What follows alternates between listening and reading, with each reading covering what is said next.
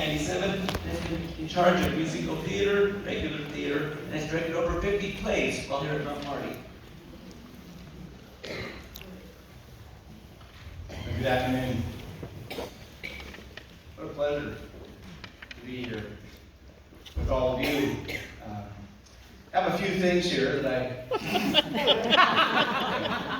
That's all you got, okay? I tried. Okay, all right.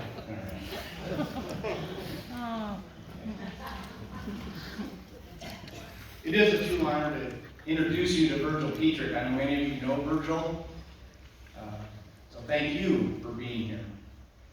And just, I want to say what a pleasure it's been to meet the family members. So, good reason to come back, right? Yes. The best.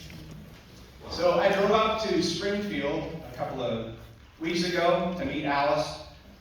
Got her some of the memorabilia that they have on the table that maybe you'll look at. And it struck me that I came out to that house 25 years ago. The gathering that Virgil and Alice hosted. And I knew Virgil before through the judging ranks. I'd see him at oral and contests and things. I knew of him. I knew he was something special. He had this smile, so warm. He made me feel like he knew me my whole life. And that's how I felt with the family that I met. I felt like I knew them my whole life. And I knew he was pulling for me as the newbie to Mount Marty. So on the drive, I'm thinking about all the miles that Virgil put on over the course of his career. Back roads, byways, highways of South Dakota. You know, like other giants, my mentors, Wayne Knutson, Ron Moyer from USD. And all the early mornings and late nights in the car with John McNeil, who is with us here today, and his wife Susan, thanks so much. All to sit in a classroom with what, maybe 4 or 10 or 15, maybe 25 people to listen to some aspiring speech student. And all the darkened theater spaces for one-act plays. Thousands and thousands and thousands of students, thousands of miles, and then to direct plays here in Yankton. You know, at the end of his career, Virgil made those drives to our campus to teach and direct and oh, so much more. How blessed Mount Marty was to have him among its faculty ranks, sharing his theater expertise with our students right here on this stage. What a pleasure it is to be here for this event today. Also running the seconds oral and church contest, the Mount Marty Quiz Bowl, the evening college, all things that promote Mount Marty. That was Virgil. So he's so deserving of this honor today. And while his life and time here at the Mount is coming up on 25 years ago. I imagine if Virgil was in the room with us today, and I can only imagine that, he'd be smiling. Beaming with pride, filled with humility, and he would just be thrilled that all of us are here together celebrating the fine arts. I mean, is this not fantastic? Yeah, this is fantastic. And there's more to come. More to come. So, Virgil the storyteller. Virgil was a storyteller. Life experiences in the military, in the classrooms, travel around the world, family life, theater life gave him a wealth of content. So if you want to hear the stories, you need to talk to people who know the stories. I'm not telling the story today. I am telling a story, but not one of those stories. Sitting in the same room with Marilyn Monroe. Serving in the same Air Force unit as Johnny Cash. Getting locked in on a trip to Auschwitz. You can't make this up. And then Linda Hall reminded me of the Lakeside Playhouse the night of the storm, where the storm was so strong, an 80-ton crane at the dam moved. Now, I've been in the Lakeside Playhouse when it rained, and I thought it was the end. But how fitting it was that Virgil was a theater director. Because ultimately, what is it that we do in the theater? Tell stories. So Virgil, the stage director, Virgil had a comic touch. He had a gift of comic timing. As a director, that's an actor thing. Very few directors have that rare gift, and Virgil had it. I was reminded that as an actor, he would get physically ill before he had to go up on stage.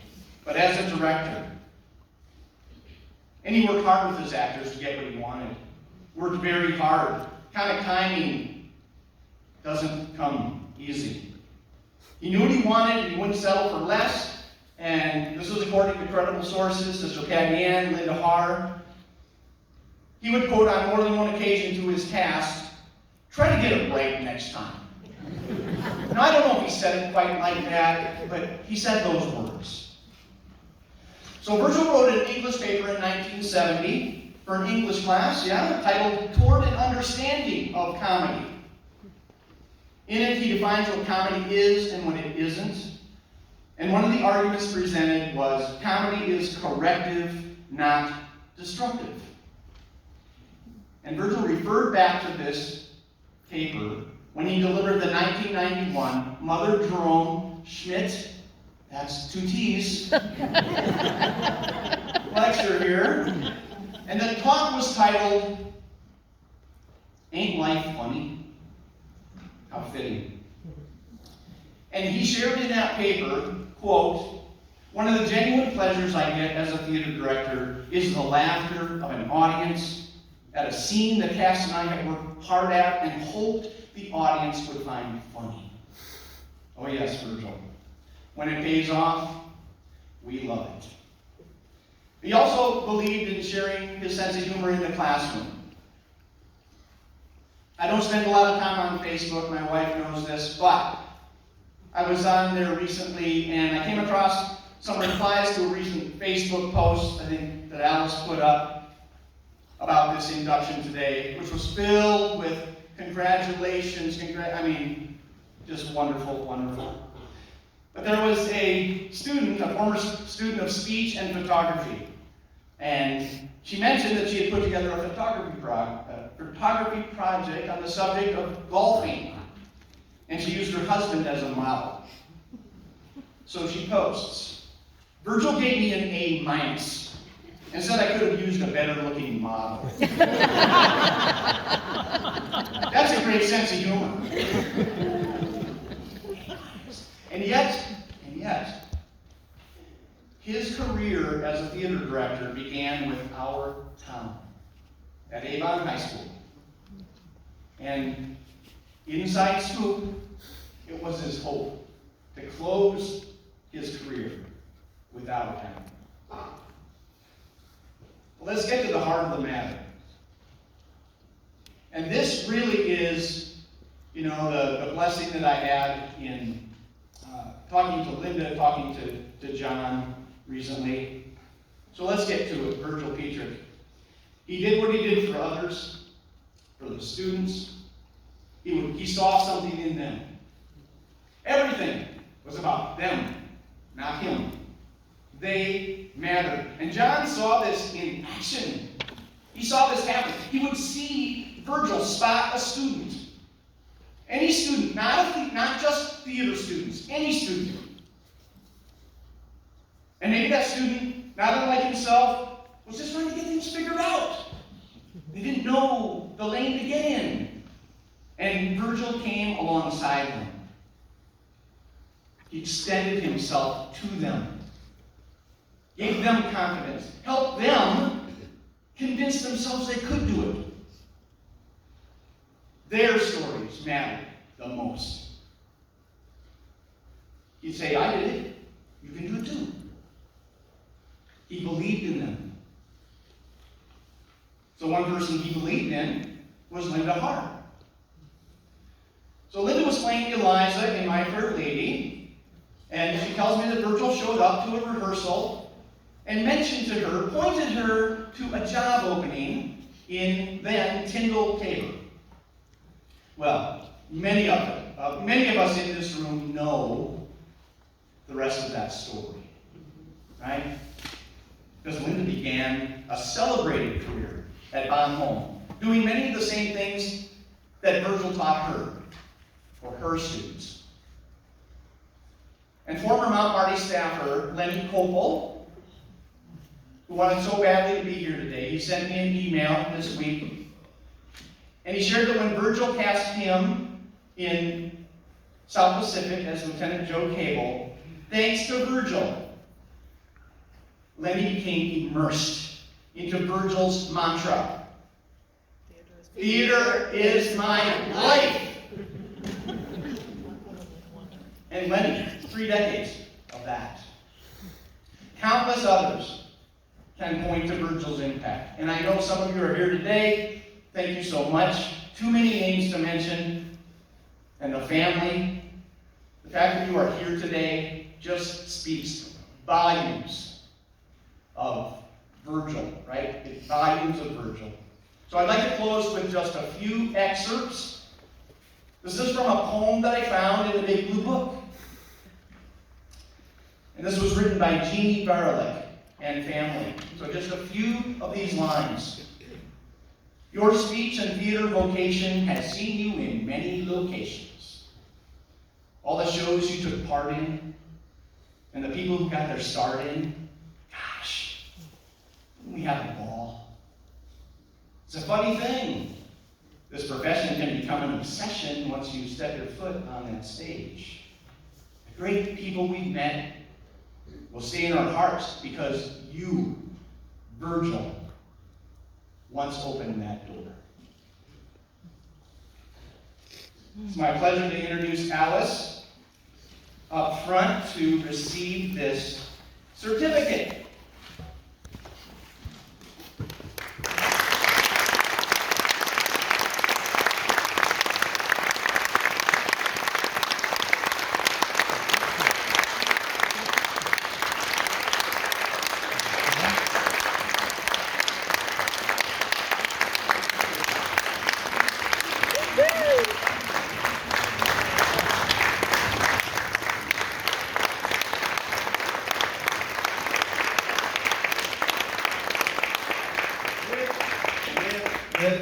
With this certificate, Virgil Petrik is officially entered into the Mount Marty University Fine Arts Hall of Fame.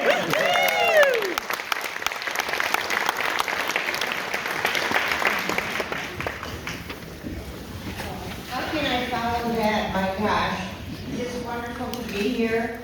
As Andy said, Virgil really inspired many students. And my family, we were all always very supportive behind him, and it was just fantastic to watch his teaching and his plays that he put on. So thank you very much for that reading about him. All I want to say is I want to say a big thank you to all who were involved in this wonderful celebration and remembering Virgil. And all the events that were planned, the parade, the game that was so well played, and today's events, the mass, the lunch, and our reception, it was wonderful. His legacy, I'm very nervous, he'll probably give me a B. Thank you to my family that traveled so far, my friends, and all the former students, anyone that dealt with him. Ushers at the plays, taking tickets, selling tickets, whatever had to be done, I was a lot part of it, and so was my family. So again, we'll always have the remembrances of that. He would be very pleased to be here today to hear all the wonderful stories and comments. And his legacy will live on for a long time. So thank you very much.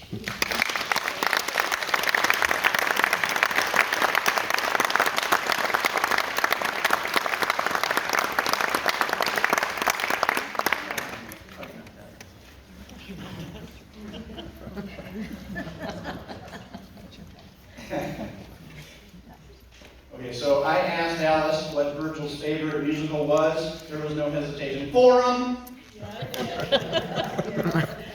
Well, no funny thing happening today. And Amy, Yes. no, No, Jesus. you're not getting Jesus Christ Superstar, sorry. So allow me to introduce to the stage our cast of Pippin, here to present War is a Science. Music director Julie Ansberry, Myron Kugel on the piano, Todd Carr on the bass.